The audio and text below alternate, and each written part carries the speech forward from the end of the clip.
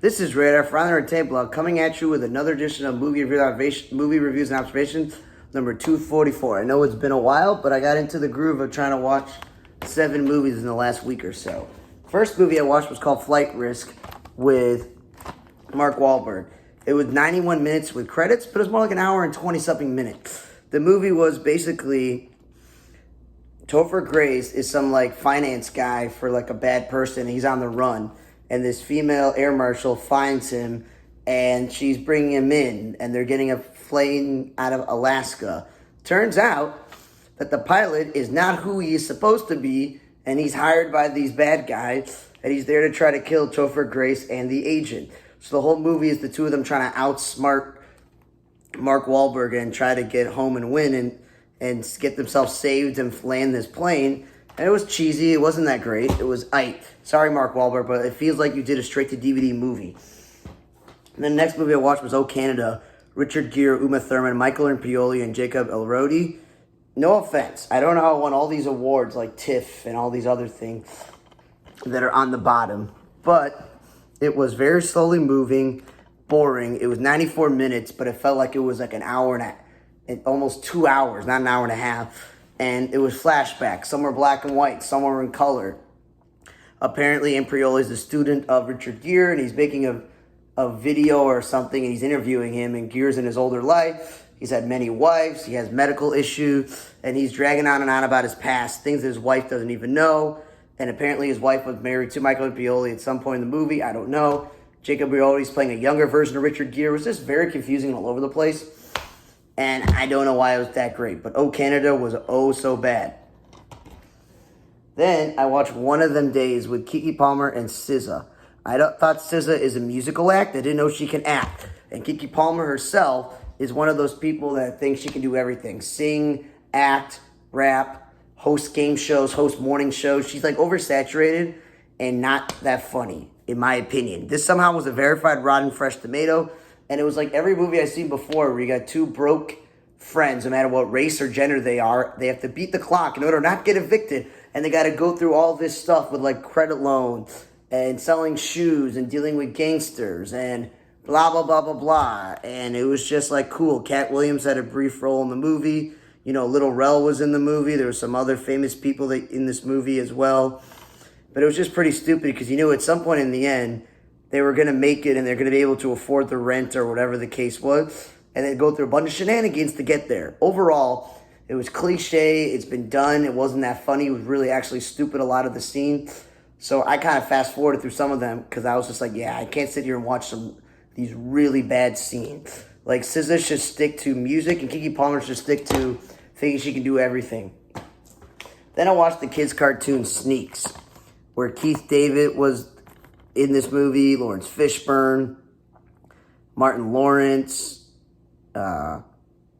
Anthony Mackie, Macy Gray was in this movie, and Chloe Bailey. And it's a really bad children's movie where the animation isn't that great, and it's very dedicated to one type of audience. I'm not trying to be racist here. It seemed like it was focused in on young black kids because all the characters were black.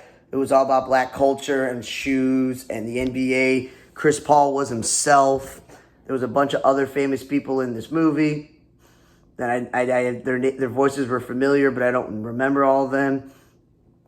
Either way, the whole movie is about these really rare, like expensive shoes that this down in his luck youth basketball coach as a kid, he wins these shoes. The collector steals them from him.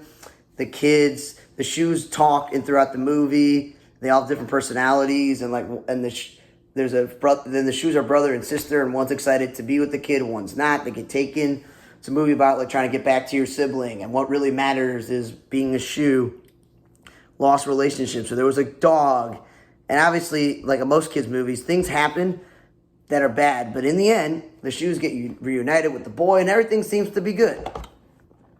And the movie was an hour and 30 minutes with credits, but with kids' movies and animated movies, that's a lot of the credit scenes are long, so it's not really that long. It was cute. It had a very talented voice cast, but mostly they were people trying to get a paycheck for poorly written and animated kids' movies. So I would say, yeah, kids can watch this, but it's definitely not like the best kids movie to watch. And then I watched the movie Wolfman, where they've done this before, where they want to redo the same story over and over about, the creature in the wild. Is it the Wolfman? Like, what is it? And apparently, this movie where this actor named Christopher Abbott, who I've seen in so many, like, low-budget DVDs, movies that I've watched, where they're, like, either horror film or they're terrible dramas, and I can't remember his name, but I can remember his face. And apparently his father had this property, and he had to go look for it. And in horror films, either everyone dies or one person survives. And it's very predictable that he became a wolfman like his dad, apparently, because his dad attacked him. And that the woman playing his wife, Julia Garner, I've seen her in some really terrible low-budget DVDs that I've watched that are horror films also, or drama. It's interesting the two of them would be paired up in a movie together, husband and wife with a kid, and she's got to protect her kid from the Wolfman and everyone else, and it says an hour and 43 minutes, but it turned out it was an hour and 90-something minutes. It was like a long credit scene for some reason, so I was like, okay, this movie is not that great. There was no need to make it. The two movies that I watched were both the longest. One came in at 135 minutes with credit, and the other one came in at 127 minutes with credit. And it turns out the two longest movies I watched were the best movies that I watched this week. I watched the movie called Better Man, where he's like, I'm not an evolved human being, I'm not fully there. It was the story about Robbie Williams. So instead of it being a biopic that's like super fantasy, like Elton John, or Bob Marley's terrible one where it's about one event in 1 year, or the Freddie Mercury, Queen movie where it tells a story progressively, Aretha Franklin's movie that tells a long story.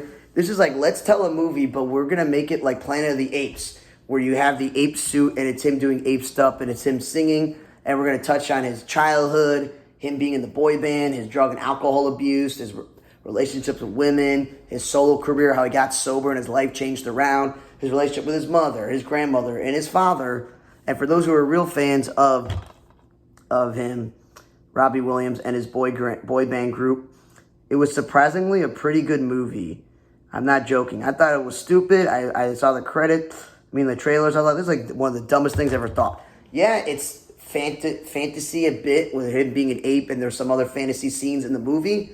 But it was a straightforward biopic. You just have to get over the fact that there's a monkey in the movie and not an actual kid. I thought it was clever. I enjoyed it.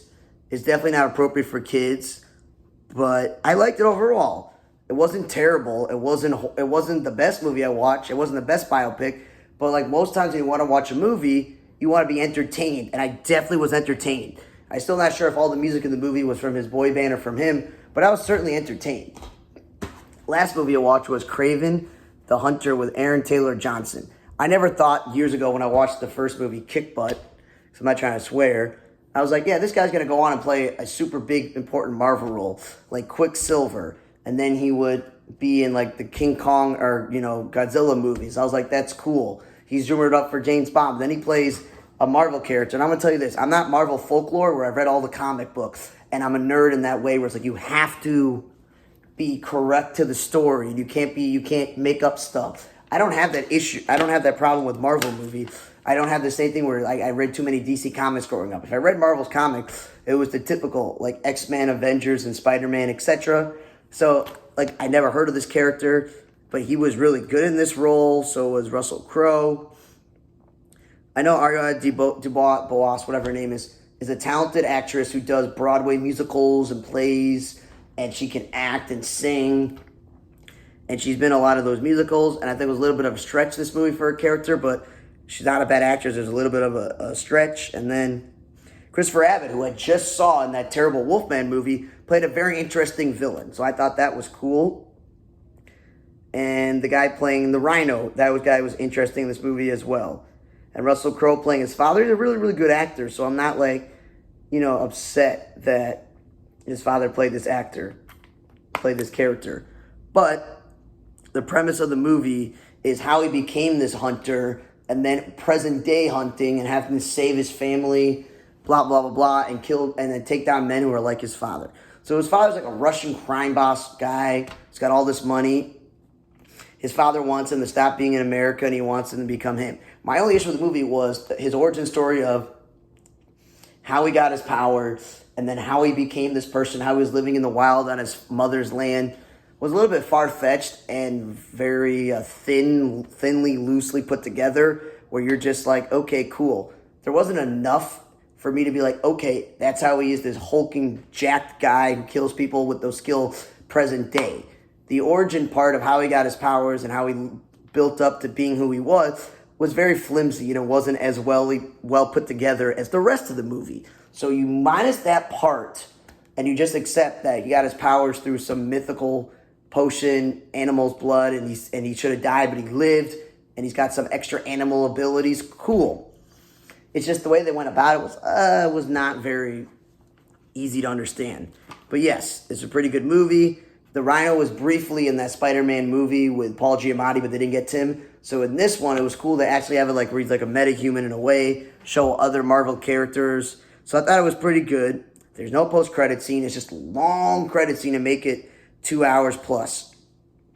But I don't think they're going to make a sequel, and that's fine. Not every movie needs a sequel or a trilogy for superhero movies. Sometimes one movie is all you need. Like, I think Kick Butt should have been one movie. I don't think the second movie was that great. So overall, I like this Marvel film, Kraven the Hunter, and I like Better Man. I didn't think I was going to like Better Man, and based on people's like opinions on Marvel, I was going to hate Kraven the Hunter. But no, those are the two best movies I watched this week. I think the kids movie, Sneak, was probably the third best because it's a watchable kids movie, even though it's not the best. Wolfman is a movie that should probably never been made. Mark Wahlberg's got to stop doing low-budget films and stick to high-quality film. Sorry to One of Them Days with Keke Palmer. I'm not going to agree with Certified Rotten Fresh Tomatoes that say this is one of the best movies in years, one of the funniest movies. No, there is no way that's even true. And Oh Canada was so boring. Guess what, CPL? Chicago Library, you can have it back. I don't care. Thanks again for listening to another edition of Movie Reviews and Observations. Number 244. For On the Entertainment Blog, I'm Radar. See you guys next time.